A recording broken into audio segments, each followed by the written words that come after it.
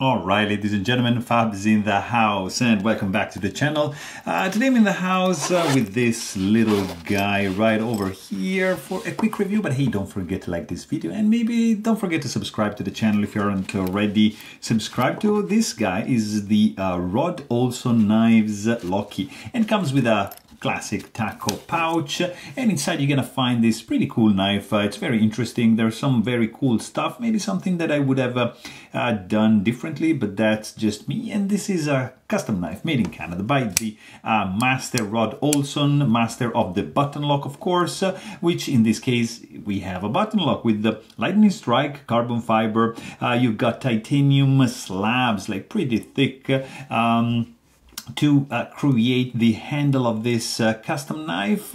Titanium dual anodized, not dual, like titanium anodized pocket clip, tip up carry only, with some blue anodization even on the sides. Nice milling right over here. And then you've got these matching, of course, blue anodized pivot.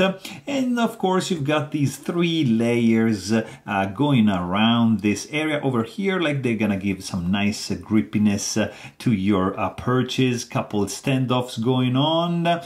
You have a non-jimped flipper tab, which is oriented upwards, and that's probably my first gripe on this one. And then you just flip this guy open and you're gonna meet this pretty cool blade, I have to say. Hollow grind, nice Swedge harpoon going on, and belly and recurve, a little bit of sharpening choil. You got like a finger choil right over here, absolutely functional.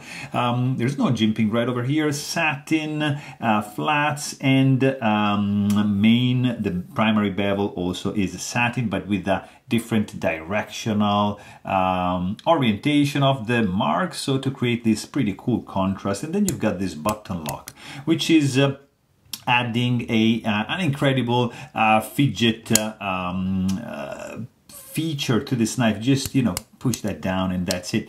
This knife probably hasn't been used that much because there's still a little bit of button stick, like just a little bit when you disengage the knife, and then you have to push this guy, like, of course, like a push button. It's not gonna work because yeah, you have to push it like this way. So you have to kind of like arch your finger and just press it downwards like that. So that would be my main gripe regarding this knife. You got a lanyard hole option right over there. Let's just quickly check the size on this guy in centimeters. This guy is going to be 20.5 centimeters, which corresponds in inches, like 8.1 inches.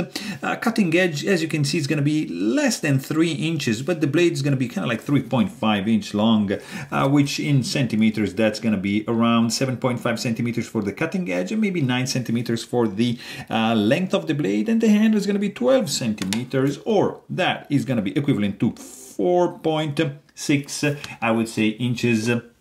And let's quickly check the weight on this guy over here, because it's quite substantial. There's no skeletonization on the inside, so this guy is going to be weighted in at 4.85 ounces in the pocket. So you're gonna feel it. It's not too bad, but there's no internal skeletonization. That's why the weight comes from there. You can also check my video about how to take this guy apart, and you're gonna notice that there's like a nice Olson Canada right there. This is a pretty fidgety one, guys. It's just, you see, you can just play like with the button lock like that all day long. But hey, if you want to know more, please check out my full-length review. And thanks for watching. Stay tuned.